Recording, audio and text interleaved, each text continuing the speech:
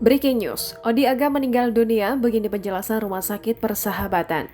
Kabar duka datang dari dunia musik Indonesia, penyanyi dan pencipta lagu Odi Agam meninggal dunia. Odi Agam dikabarkan meninggal dunia di Rumah Sakit Persahabatan Rawamangun, Jakarta Timur pada Rabu 27 Oktober 2021 siang. Kabar meninggalnya Odi Agam dibenarkan Kepala Subbagian Humas Rumah Sakit Persahabatan, R. Yunianti. Namun, R. Yunianti tak memberikan informasi detail mengenai meninggalnya Odi Agam. Hanya saja saat ini jenazah masih berada di rumah sakit. R. Yunianti masih mencoba berkoordinasi dengan keluarga Odi Agam terkait proses pemakamannya.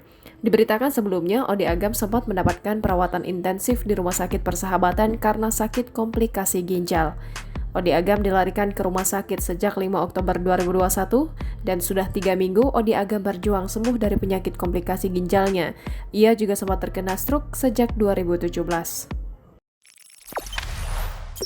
Jangan lupa subscribe, share, komen, dan like ya!